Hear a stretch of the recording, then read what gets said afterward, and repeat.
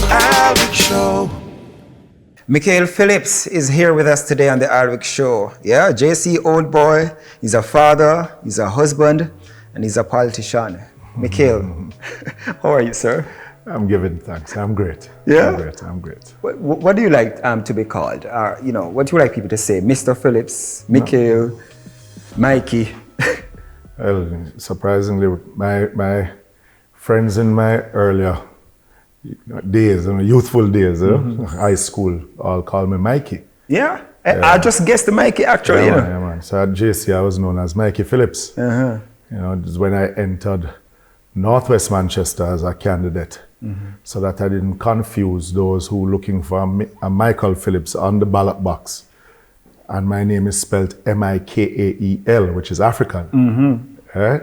As you know, my mother and father were Rastas then when I was born. Were you Rasta too? Me? No. All right. Not at all. But you grew up in the faith with your parents. Seen my mother from the day I was born until she died, locked and believing in her faith. She was one of the early trailblazers in the Rasta movement as a woman. So you grow up around it, you accept it, and there are some things you take from it and some things but it is one that the family itself, my siblings, my mother, who has made them who they are. So, coming into this interview, I know that us as human beings, we get up every single day and we would like to have as less problems as possible. I want to know, for you though, you'll have your own problems, but you have the problems of the people of your constituency. How do you categorize all of that in order to deal with that? Grandmother always saying, tomorrow can't come before today. So I just deal with what I have in front of me for the day.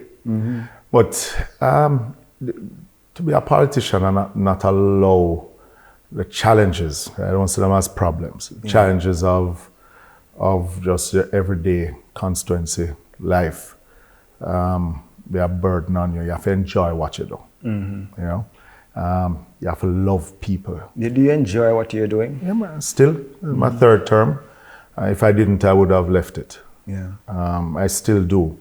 I didn't go into politics for the thank yous or the pat on the shoulder. But you have those small, things that people will come to you and say, you did send me to school, Yeah. Thank you.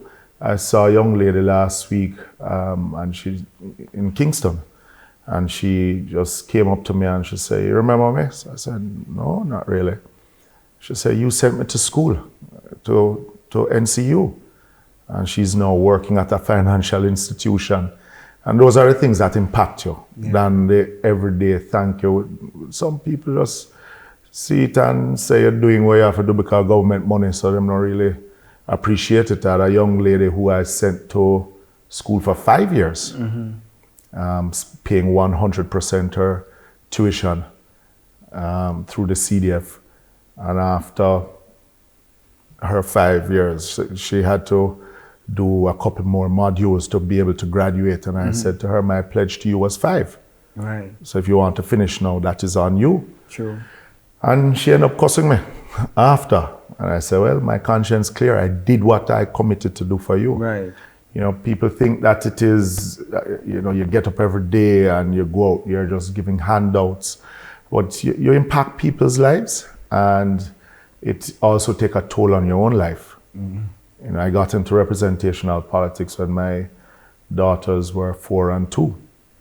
And they're now 18 and 16. What were some of the times you would have probably missed out because you're dedicated to the people?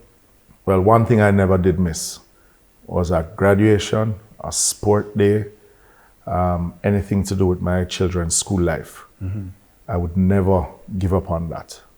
So I was always there, even when their mother couldn't make it to a sport day, I was there. Participating in father's race until I see one of my my friends them take a dive and I say, boy, you know, not me again. Not you. So you never do well on the track at all. No, I was a swimmer in school. You know. Swimmer, I swam for Jamaica College and played water polo. Yeah. But I love sports overall. You know, cricket is my favorite sport to watch. Nice. And still love the long form of the game. The 2020 is entertainment, but to be disciplined, you have to can play test cricket. True. So in primary school, I get hit in my head with a cock and top Yes, ball, man. like a tar ball. Julian Robinson was in primary school with me, and at lunchtime we're playing cricket, and I get hit in my head with one of them balls, and I just decided, say, boy, I mean, go and watch it instead of play it. You know? So you stay in the stand.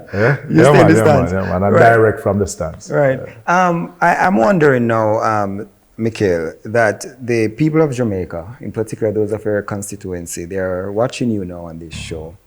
What do you think they're saying? See me MP there, man. Yeah, the MP. Proud of them MP. Yeah.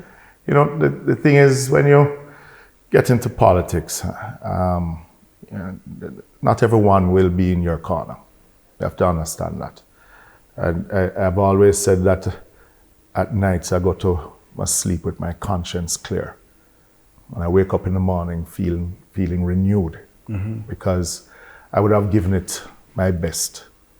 And I would have done what is necessary to impact my constituents in a positive way.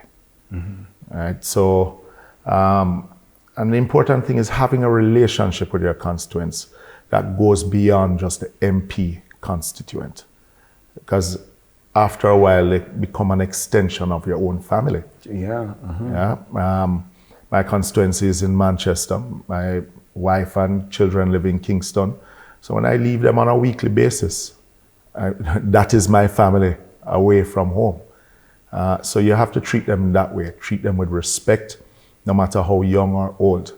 You treat them with respect, but ensure that when you leave politics, you'd have made a difference. And I always say it's better to make a difference in one person's life than none at all. What is the difference that you want to make? Well,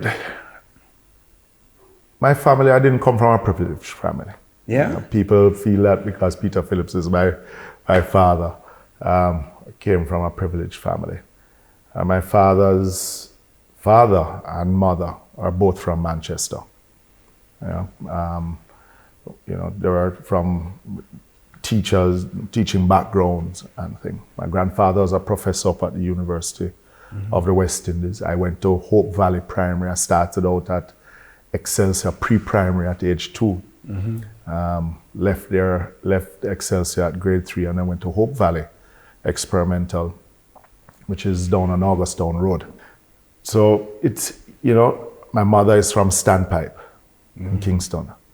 You know, so we growing up, our days playing would either go to the center in Mona, where we would play football and, you know, whatever games we could, or running tires in the gully Yes, man. at Standpipe. You had the Guy Morris gas station there, and they had a tire shop there, and he owned both gas stations on either side of the road. And we used to get the tires and put oil in it, and you cut your stick and you run it. You know, you cut your mother hose and make you take her hanger and make you wheel them. Yeah?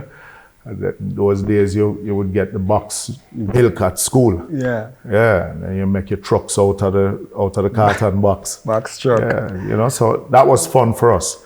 You have a period where you kite time. You would go over to Providence Primary and you would be flying your kite there. So, you know, I learned a lot from my grandparents. From your experiences. All Experience right. in life. So we take a break. When we come back, we'll talk more with Mikael about his early life, his business, and more about him as a politician. The Alrick Show. Welcome back to the show. We continue our conversation with Mikael Phillips. Mikael, when you think about this country, what do you think about? I have a lot of hope for Jamaica.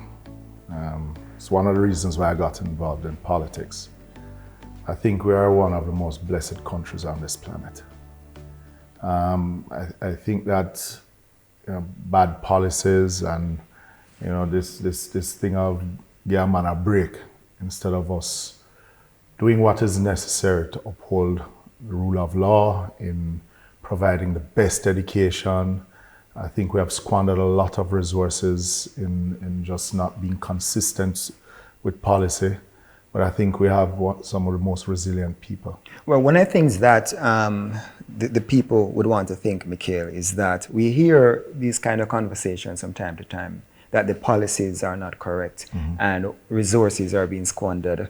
But we believe that as a people, we work so hard, but yet when a politician like you get into this space, we don't see the changes, and we believe that we're working so hard and the opportunities are not reaching us. What do you say to that? Well, change is made through the collective.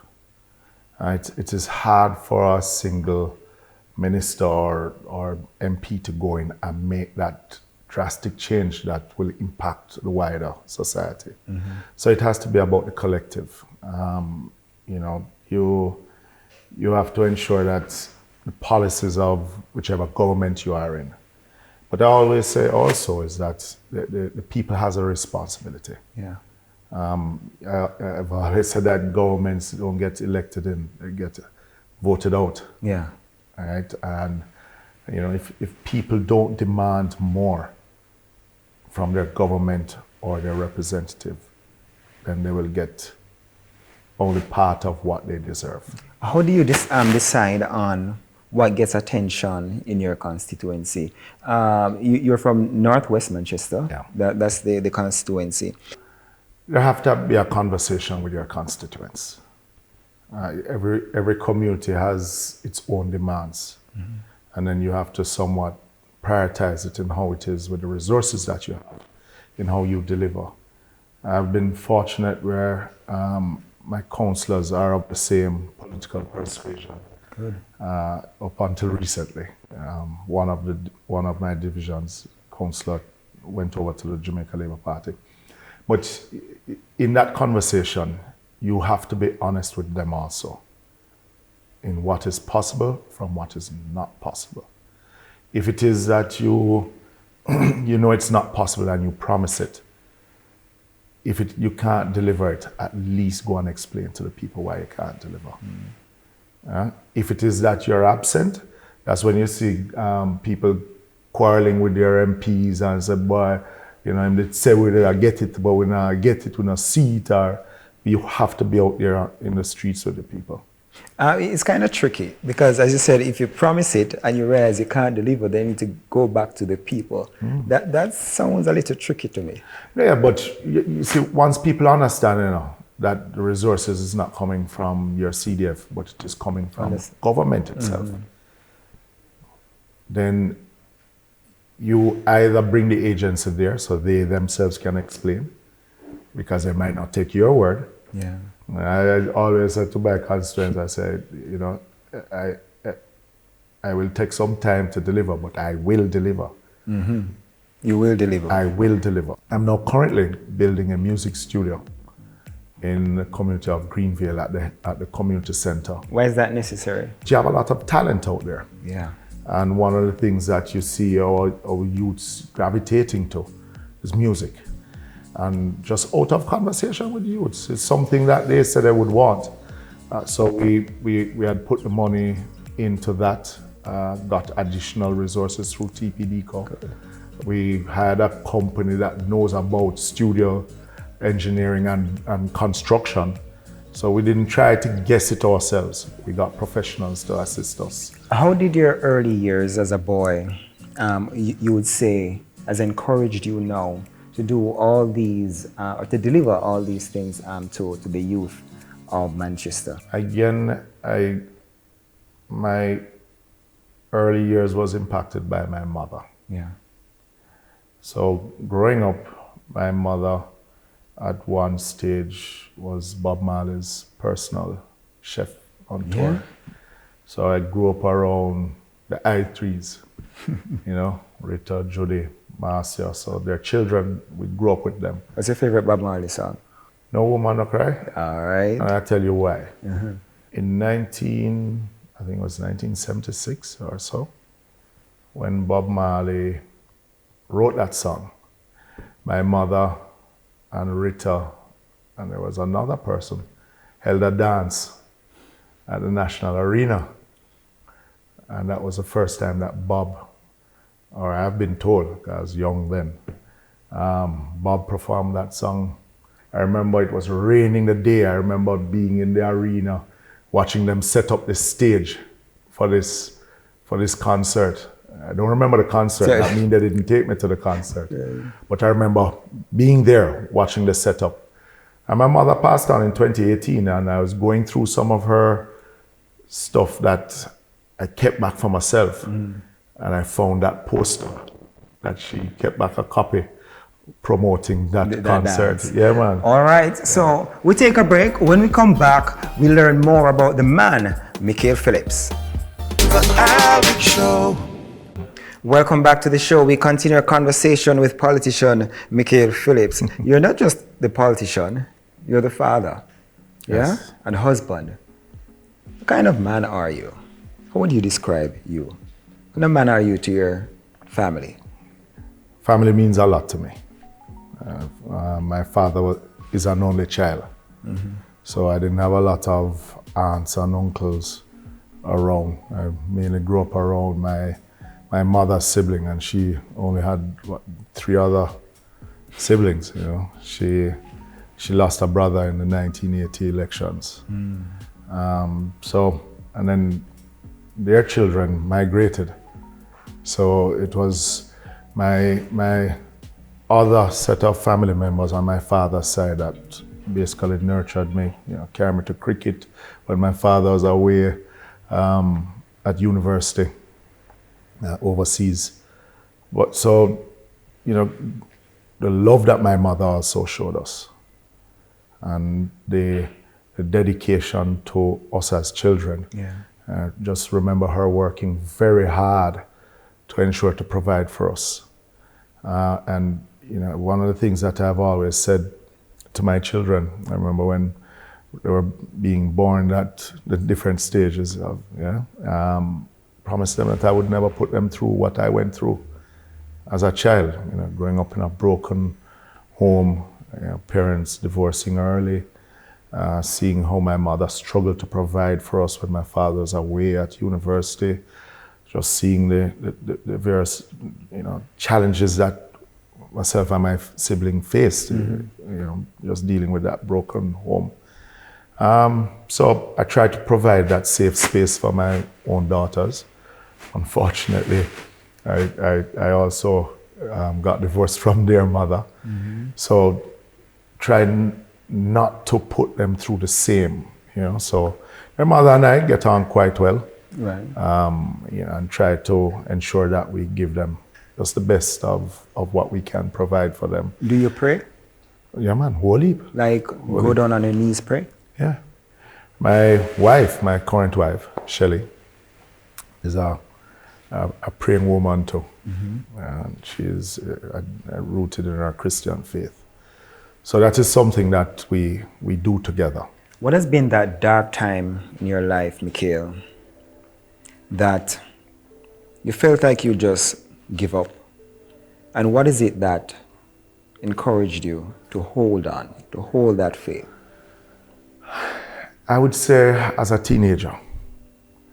One, and second, when my mother passed on. When my mother passed on. But as a teenager, I said, growing up in that broken family, my grandfather was always that safe shoulder. Yeah. And then he passed on in 1984, just entered high school.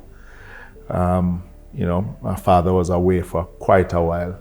So he was a father, he was everything for me. And then my grandmother took over that role. And then I spent, I would say, the latter years of my high school life when my grandfather passed on. My father being an only child, I then went to live with my grandmother. So it was between grandma, mommy, daddy. And then she left me. What was that thing? What was that element of? What is that element that, or the faith? Describe the faith that kept you going, despite losing. You know. First, it was my grandmother. Apart from my mother, I was baptized in the Ethiopian Orthodox Church. But my faith itself came out of my grandmother, who was an Anglican, right? And she would take me to church and sit down and pray with me. She was the one who taught me to drive. She was the one when I wanted to start business who basically gave me that push, who prayed with me and gave me that confidence. And it was tested when my mother passed on. Do you genuinely care for the people of Jamaica, or is it that you know about politics, this is what you grew up in, there are benefits to it? Is it about the wealth and the power that it comes with? Do you genuinely care for the people of Jamaica and the people of your constituency? I will start out by saying, thank God I have what I had, or I do have now, before getting into politics. Most people, I won't say that there's no corruption in it. They'd be a fool to say that. How do you keep away from that? My upbringing. I remember my mother looking at me once when I went into politics, and she said to me, if I ever hear your name mix up in anything that is wrong, she would be the first to disown me. And my father, even while being a minister, this is from 1989, said to myself and my siblings that don't think because of his position that if we do anything wrong to break the law, that we can just pick up the phone and readily call him. We'll have to suffer the consequences. What do you want people to remember you for? Jamaica, your family, and most importantly, depend on what happens over on the other side. You can look back and say, I've done well. What do you want people to remember you for? I want people to remember me that I made a difference in a constituency that's a deep rural constituency, that I left it better than I found it. I want persons to remember me just for the love of my country, and that despite the caustic nature of politics, that I was able to make changes that would have changed Jamaica itself. I am enjoying what I am doing. You're proud? You're proud of yourself so far? I am. It has been hard to serve at the same time as my father. The statue of the man who has been there for a long time. So people don't see me as Mikael Phillips, the member of parliament, say Peter's boy or Peter's son. But I have tried to make my own mark in my own way. It's not about the recognition. Thank you very much, Mikael, for sharing with us, and wish you all the best. All right, and I hope your constituents, they are proud of you right now. Well, I'm sure the viewership will go up. All right, great. I want to thank Mikael for sharing with us. It was a great experience to learn more about the man and to hear, about his life story. All right, I want to thank you so much for joining us today on The Alrick Show. The Alrick Show will be back next week.